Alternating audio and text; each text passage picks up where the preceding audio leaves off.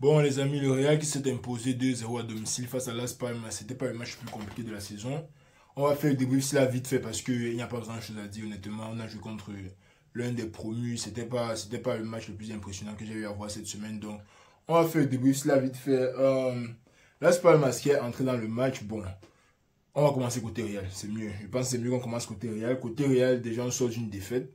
Donc, c'était important de gagner le match et surtout de bien jouer parce qu'on ne voulait pas le genre de match contre un promu là où on se bat encore trop pour gagner. Non, c'était important de gagner et de bien jouer pour montrer que contre les petites équipes, quand même, ça va. Si contre l'Atlético, ça ne va pas, on doit quand même pouvoir montrer que contre les petites équipes, si contre les Retaf et contre qui on souffre avant, on doit montrer que ça va quand même. On va pas quand même venir ici là souffrir à domicile contre Las Palmas. Je pense qu'on a bien fait ça.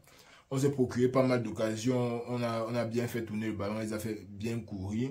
Mais côté Las Palmas, moi, je suis un peu surpris par leur attitude en entrant dans le match. Parce que Las Palmas, déjà, c'est une équipe contre laquelle moi, je n'aime pas l'équipe de Las Palmas. Parce qu'on avait eu un match, je ne sais pas si c'était en 2019, mais on avait eu un match dans lequel les gars là étaient venus, mais juste n'importe quoi. C'était dégoûtant à voir.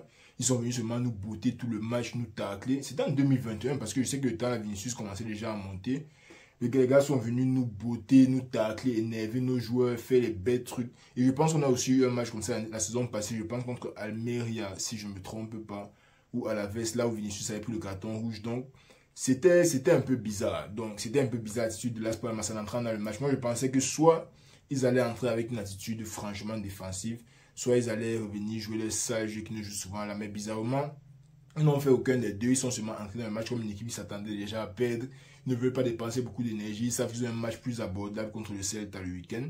Donc ils entrent sur le match, jouent 90 minutes et ils rentrent chez eux. Donc côté Las Palmas, c'était très faible, très nul. Ils n'ont même pas posé un challenge quoi que ce soit. Maintenant, côté Real, il y a quand même quelques petits soucis. Côté Real, on devait commencer par ne plus encaisser déjà dans les 10-15 premières minutes. Ce qu'on a fait, peu importe l'opposition, on a encaissé chaque match dans les 10 à 15 premières minutes. Et aujourd'hui, on n'a pas encaissé, donc c'est déjà un point positif.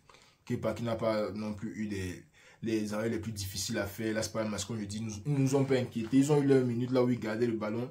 Mais rien d'inquiétant dans tout ça. On sentait vraiment que c'était une équipe qui était venue pour finir avec et pour rentrer chez eux. Donc, côté Real, défensivement, on a géré. Je pense qu'on a très bien géré. Maintenant, côté offensif, on a bien fait tourner le ballon, on s'est procuré de bonnes occasions, mais à la finition, ce n'est pas ça. À la finition, ce n'était pas ça. Je n'ai pas seulement envie de mettre ça de côté et dire que bon, ce sont les matchs comme ça, machin. Quand tu joues contre le dernier du championnat ou bien l'un des promus, et les gars ne s'en sortent pas, ils n'arrivent même pas à poser un challenge défensivement, la défense n'est même pas assez solide pour nous empêcher de faire 3 passes. On se doit quand même de marquer 3 à 4 buts. Ça, c'est un peu là que je suis déçu par le match-ci. Le fait qu'on n'arrive pas à marquer malgré toutes les occasions qu'on a eues. Là, à la 30e minute, on avait un truc genre 11 frappes. On avait genre 11 frappes à la 30e minute, on n'avait pas encore marqué. Ou celui qui a eu plein d'occasions, Rodrigo qui a eu ses occasions. Ça ne voulait pas entrer, mais moi j'étais quand même content de voir les Brahim Diaz jouer. J'étais quand même content de voir le milieu avec Camavinga, Valverde et Tchouaméni. Et si vous avez remarqué même d'ailleurs, sur le match-ci, à une période, on a inversé Valverde et Camavinga parce que Valverde déjà pied gauche, pied droit, on s'en fout, il fait ce qu'il veut. Mais Camavinga, je vous avais dit qu'on le met un peu dans le rôle de Kroos là, ce n'est pas le rôle le plus adapté pour lui. Parce que quand tu es défensif, tu dois ouvrir ton corps pour regarder le stade. Camavinga, s'il est gaucher, il ne peut pas ouvrir son corps comme ça et envoyer une passe avec le pied gauche qui va peut-être partir là-bas. Je ne sais pas si vous voyez, voici mon pied gauche. Si je regarde comme ça, je peux envoyer le ballon comme ça. Le côté là est bloqué, qui est le côté qui regarde devant le stade. Donc moi, je vais trouver beaucoup plus adapté sur un côté droit. Sur le côté droit, il pouvait monter comme il veut souvent monter, ouvrir le corps, regarder le stade, donner la bonne passe offensivement. Moi, ça m'a vraiment plu de voir Camavinga jouer du côté droit. Parce que son début de match était un peu mou, mais quand on l'a changé avec Valverde, ça avait l'air d'aller un peu mieux. Maintenant, sur la formation, moi j'avais l'impression, en voyant le papier, qu'on allait jouer en 4-3-3 avec Brahim Diaz à droite, Rodrigo à gauche et Rosselló au milieu. Bon, on a joué avec notre formation 4-4-2 standard, mais ça a plutôt bien marché. Surtout parce que je pense que Brahim Diaz prenait beaucoup le côté droit.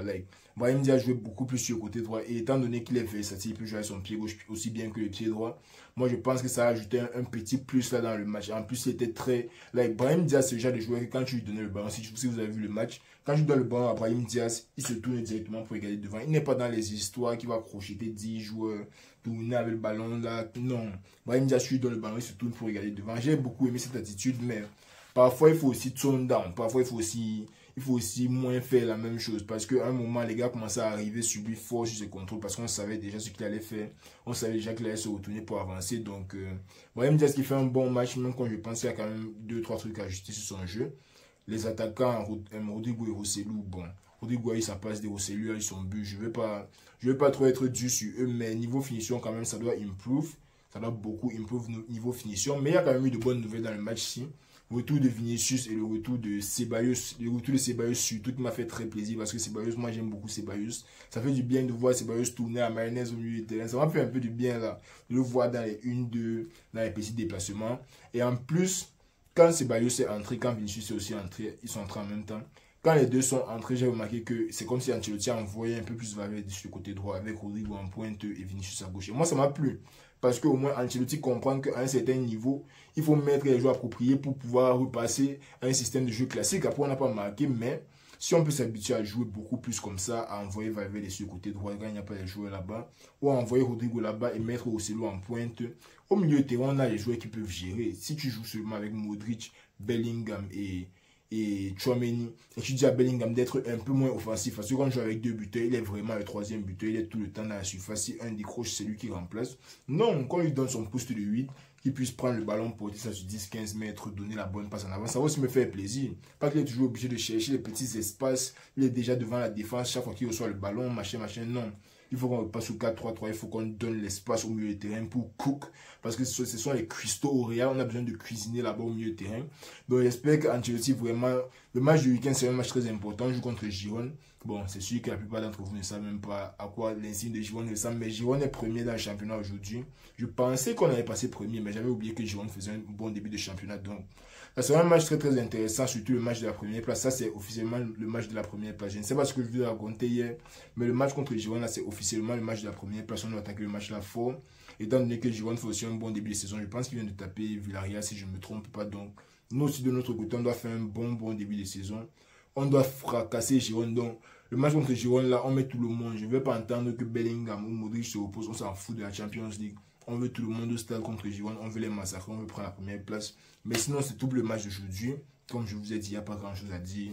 Pas grand-chose à analyser. Pas de tactique à faire, quoi que ce soit. Là, c'est pas le masqué seulement venu nous laisser jouer. Donc, ça aurait été un peu bête si on n'arrivait pas à prendre les 3 points.